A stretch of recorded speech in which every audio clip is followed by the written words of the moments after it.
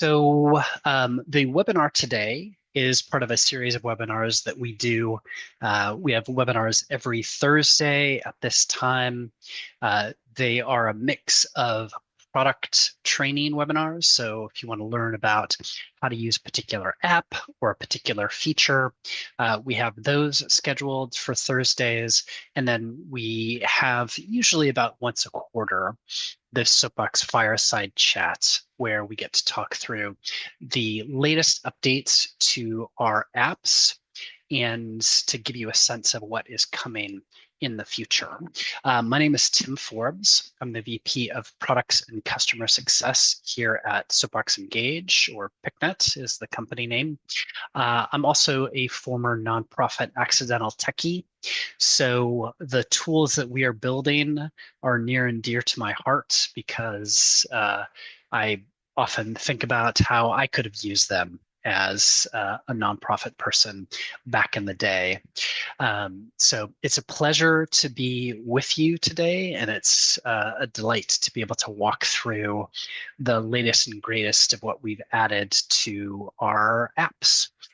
The way we're going to do that is we're going to walk through just a quick snapshot of what we've been up to with Soapbox Engage in terms of the total number of updates, kind of what that looks like, how we go about updating Soapbox.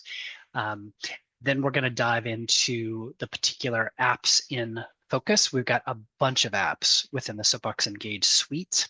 So we're going to just mention each of them to get a lay of the land and then really focus on the core apps that we've spent most of our time in the last 2.5 months or so of the quarter working on improving. Then we'll just give a nod to some other key updates that have been made to other apps. We'll touch on what's coming up, and then we'll highlight some ways that you can stay abreast of the news from Soapbox Engage world.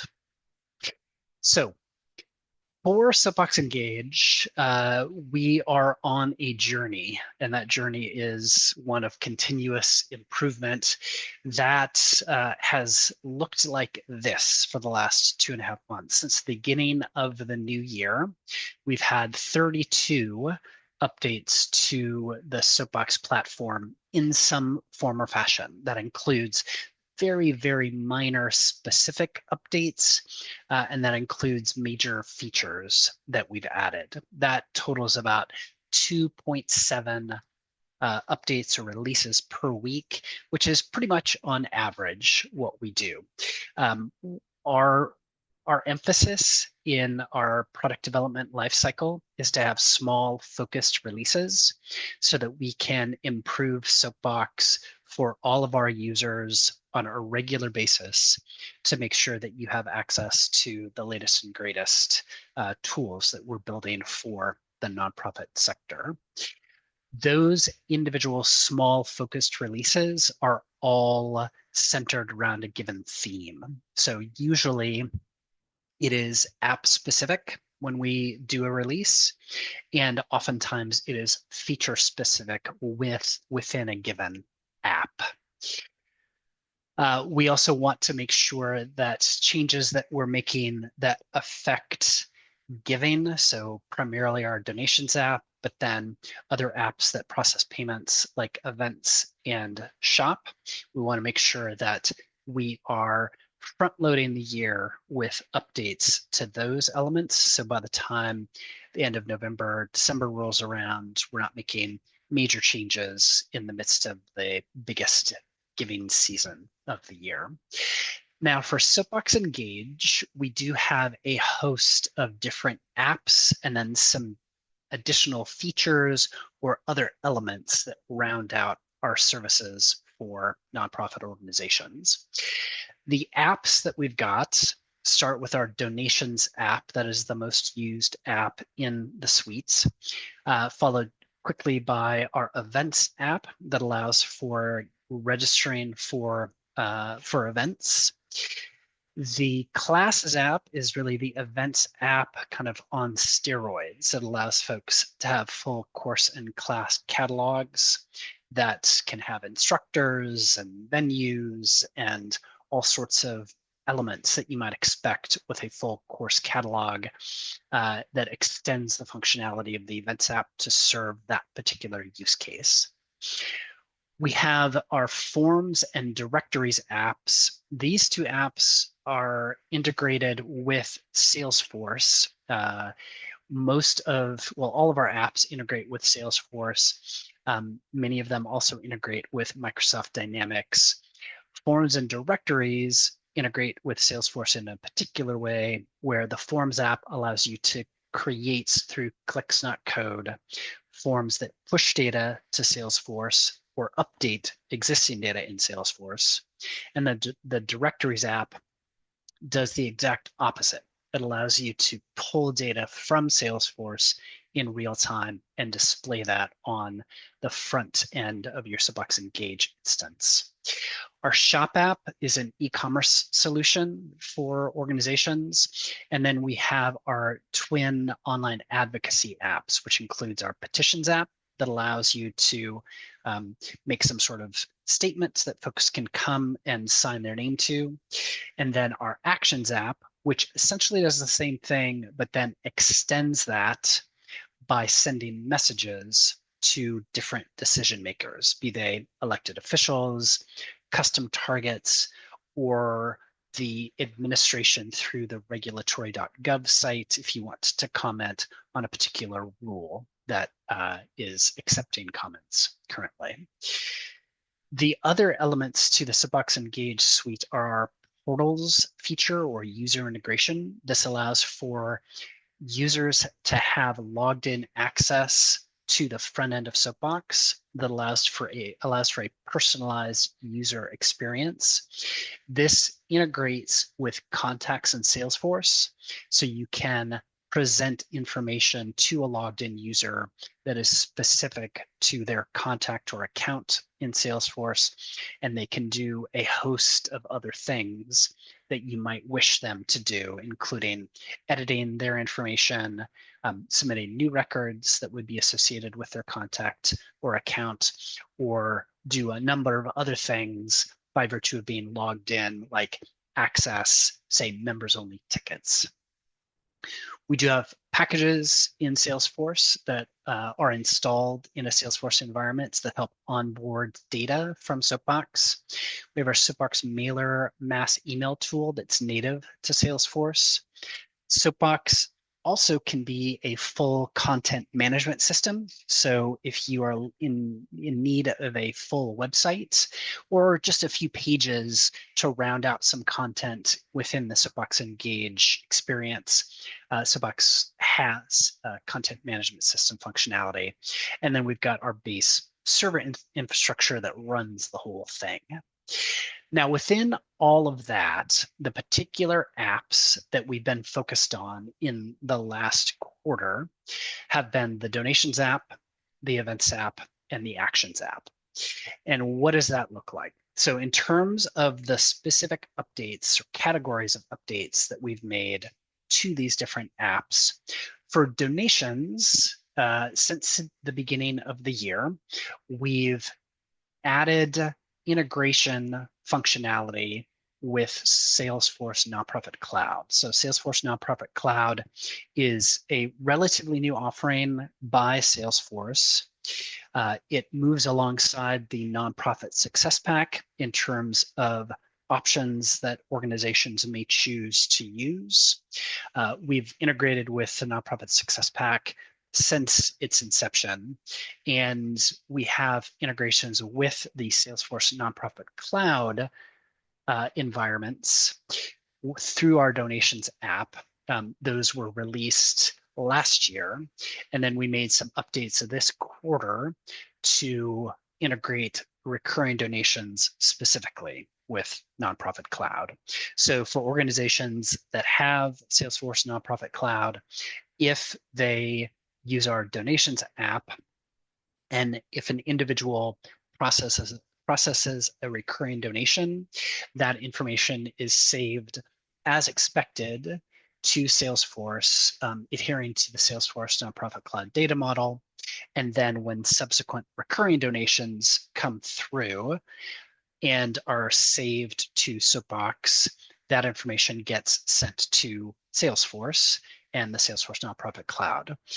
In this way, it functions exactly as our integration with just enterprise Salesforce instances, Salesforce instances that work with the Nonprofit Success Pack or have the Nonprofit Success Pack, as well as folks that have elected to integrate Soapbox with Microsoft Dynamics and its fundraising and engagement solution.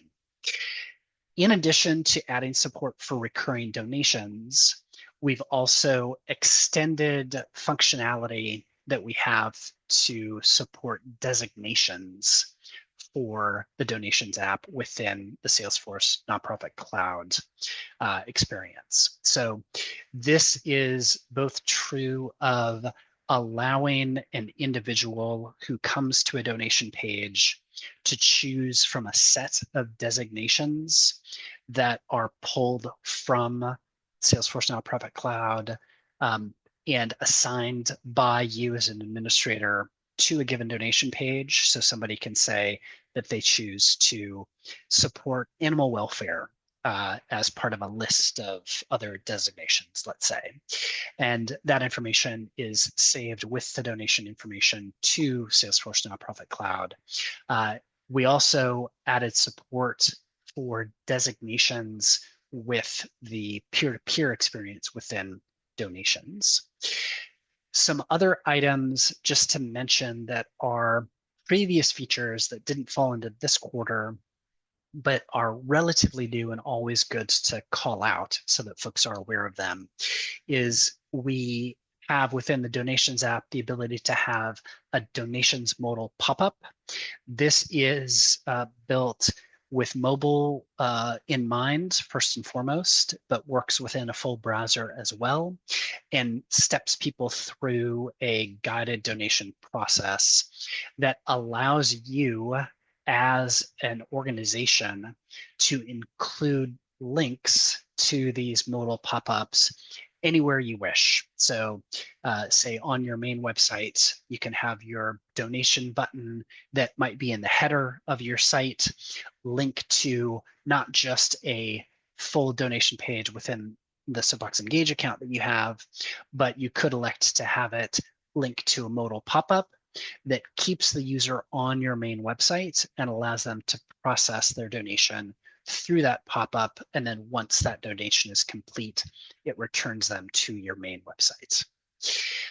We also have our recurring donation upsell feature. This allows you to designate that you want a particular donation page to prompt a user who is in the process of giving a one-time amount to encourage them to change their one-time gift to a recurring gift once they click the submit button to boost sustaining givers. Cover the transaction fee is a popular feature that the donations app has so that you can encourage folks to include an additional percentage on their gift to cover transaction fees that your organization is responsible for. We have new pledged payments functionality that works specifically with the Salesforce Nonprofit Success Pack.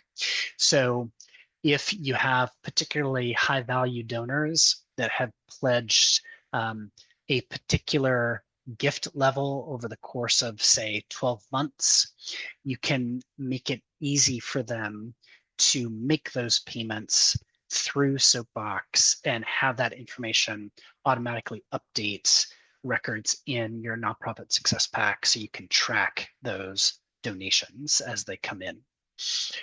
We've also increased the speed at which the donations app processes donations and displays the thank you page to users. That's through a way of posting data to Salesforce asynchronously so that the data still flows into Salesforce nearly in real time, but accelerates just the user experience when somebody submits their donation.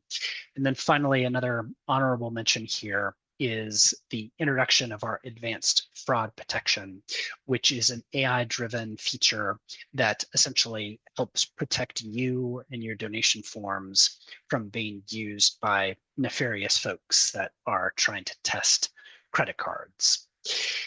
That's donations. For our events app, we have had two major updates this last quarter, these last few months. The first is integration with the peer-to-peer experience for donations that we've added to progressively over time here. So within the events app, you can set up a given event such that when somebody registers for that event, they can elect to participate in a peer-to-peer giving campaign, and that by virtue of registering for the event, Soapbox will automatically create a user account for them and automatically create a fundraising page for them so that they can easily share the link to that fundraising page to friends and family and encourage them to support your organization. The second thing is that we've taken the same advanced fraud protection powered by artificial intelligence that is available within the donations app, and that has been extended to the events app as well to help protect your event registration forms from being used for nefarious purposes. Honorable mention for previous features that are relatively new with the events app is the ability to have sub-events. So say you have a conference that's a week-long conference for which folks need to get one ticket, but then within that conference, there are multiple other required or optional events that are part of that overall experience. Maybe there's a gala dinner, maybe there's a golf outing on a Saturday morning. Sub-events allows you to include those additional elements within the larger event so that folks can register for them.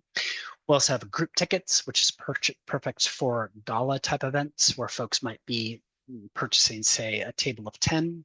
You're able to allow them to purchase one table that gives them 10 tickets. We've got digital wallet integration that we have introduced. So integration with Apple Wallet for managing tickets when folks register for an event.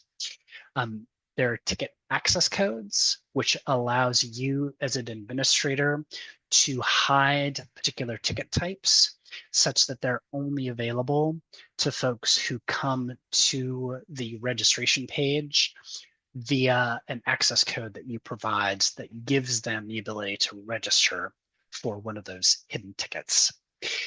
We've got a My Event Orders view that works with our portals feature. So if you have a user that can come and log in to Soapbox, they can view their event orders, their events that they've registered for within that logged in user experience. We've added the ability for folks to cancel tickets as part of that logged in user experience, the ability for you as an admin to exclude tickets from an overall event capacity. This is great for hybrid events where you've got some folks that show up in person, some folks that show up online, and you just need to count the folks that show up in person against capacity for an event. And then the last honorable mention here is the ability to auto-create Soapbox user accounts on event registration. That, again, is something that works with our portals experience. So if you want folks who register for an event to just automatically have a user account for Soapbox, then that can be a setting that you choose within an event itself. Last app in focus is our Actions app. This one's gotten a lot of care and feeding over the last few months. A lot of that is working just under the hood to remove some dependencies that we had on Google Civic API features that are retiring. So that has been a focus on the Events app.